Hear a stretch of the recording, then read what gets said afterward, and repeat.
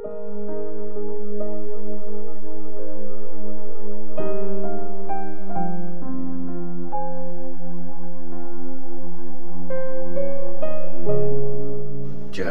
chapter 11. Si Jeremiah at ang kasunduan.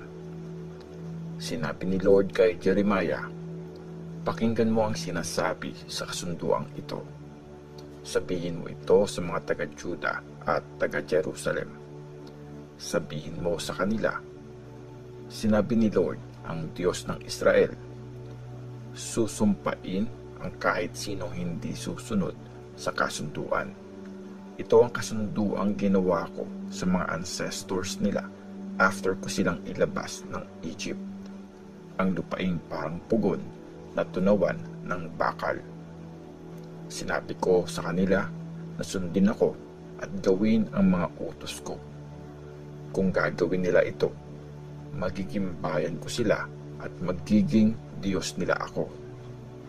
Tapos, tutuparin ko ang aking promise sa mga ancestors nila na ibibigay ko sa kanila ang mayaman at masaganang lupain kung nasaan sila ngayon. Sumagot ako, Opo, Lord. Tapos, sinabi sa akin ni Lord, iproclaim mo ang mga ito sa mga cities ng Juda at sa mga kalsada ng Jerusalem na pakinggan nila at sundin ang mga nakasulat sa kasunduan. Nang ilabas ko sa Egypt ang mga ancestors nila, mahigpit ko silang binilinan na sundin ako. Paulit-ulit ko silang winarningan gaya ng ginagawa ko hanggang ngayon. Pero di sila sumunod o nakinig sa akin. Instead, nagmatigas pa silang lahat at lalo pang naging masama. Kaya pinarusahan ko sila ayon sa mga nakalagay sa kasunduang ito.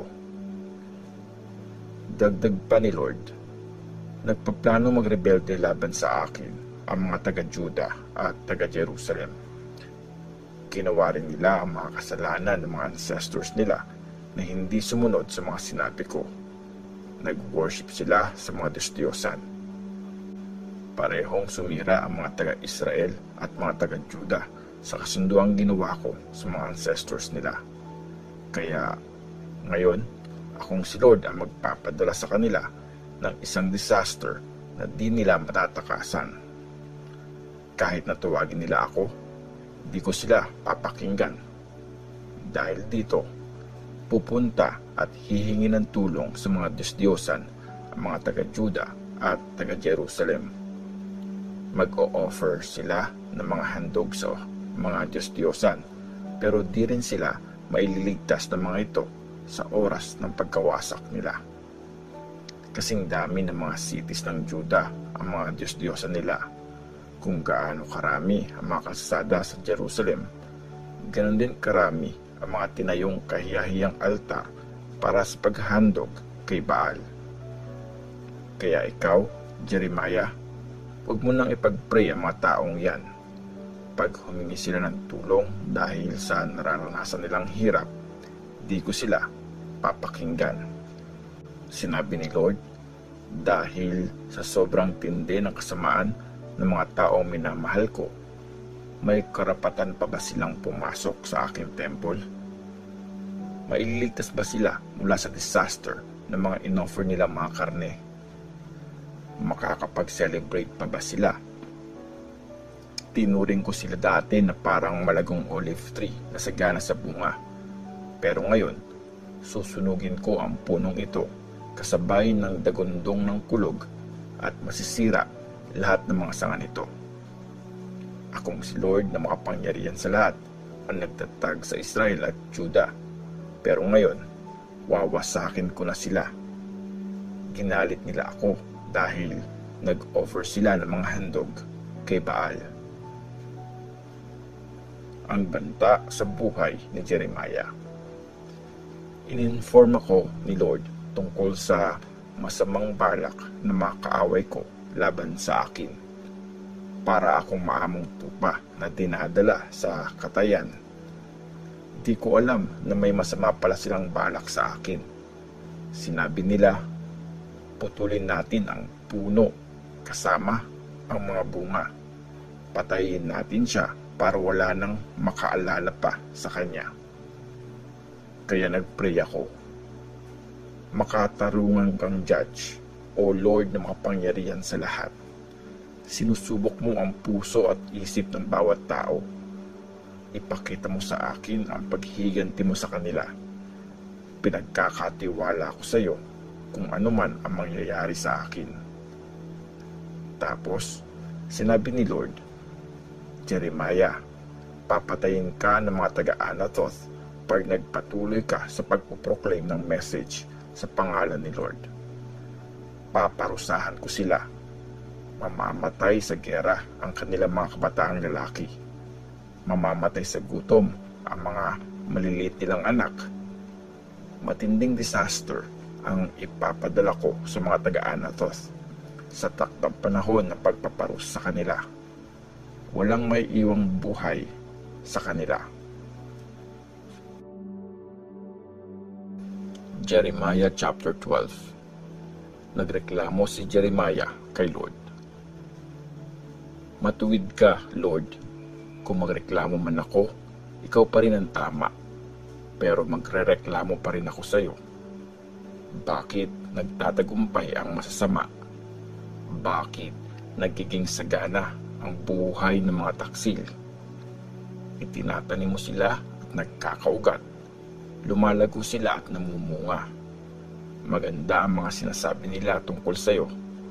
Pero wala talaga silang paki sa iyo.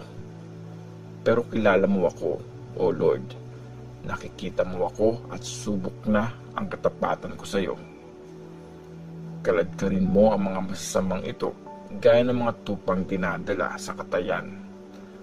Ibukod mo sila hanggang sa araw ng katayan. Hanggang kailan magiging tuyo ang lupain at ang mga damo sa mga bukirin. Namamatay na ang mga ibon at mga hayop dahil sa kasamaan ng mga taga-roon. Sinasabi pa nila, di nakikita ng Diyos ang ginagawa namin. Sumagot si Lord, Jeremiah, kung pagod ka na makipaghabulan sa mga tao, paano ka makikipaggera sa mga kabayo? Kung nadadapa ka sa patag na lupain, paano ka makakatagal sa gubat ng Jordan? Tinrider ka kahit ng mga kapatid at ng mismong kamag-anak mo. Masama ang sinasabi nila tungkol sa iyo. Huwag kang magtitiwala sa kanila kahit maganda ang sinasabi nila sa iyo. Nagdadalamhati si Lord dahil sa bayan niya. Sinabi ni Lord, pinabayaan ko na ang bayan ko. Tinalikuran ko na ang pinili kong bansa. Binigay ko na ang mga taong minahal ko sa kamay ng mga kalaban nila. Kinalaban ako ng bayan ko gaya ng layon sa gubat. Nagtataas sila ng boses laban sa akin. Kaya sobrang galit ako sa kanila. Isa na bang lungga ng asong gubat ang pinili kong bayan? Parang isang ibon na sinasalakay ng mga hawks. Tawagin lahat ng mga mababangis na hayop para pagtulungang lapain siya. Sinira ng maraming shepherds ang ubasan ko. Tinapakan nila ang bukirin ko. Ang dati kong magandang lupain, wala nang pakinabang ngayon. Lubusan nila itong winasak. Wasak na wasak sa harapan ko. Naging desert na ang buong lupain at walang nagmamalasakit kahit isa. Sa matataas na hill sa desert, sumalakay ang mga mandarambong. Pinadala ko ang gera para mawasak ang buong bayan at walang mabubuhay ng mapayapa. Nagtanim ng wheat ang mga tao, pero tinik ang hinarvest. Nagpagod sila, pero wala naman silang napala. Dahil sa matinding galit ko sa kanila, wala silang inani sa mga tinanim nila. ang promise ni Lord sa mga katabing bansa ng Israel. Ito ang sinabi ni Lord tungkol sa mga masasamang katabing bansa ng Israel, mga sumira sa lupaing pinamana niya sa bayan niya.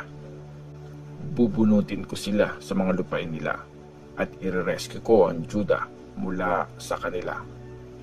Pero after ko silang bunutin, maaawa ko sa kanila at ibabalik ko silang lahat sa kani-kanilang minanang lupain.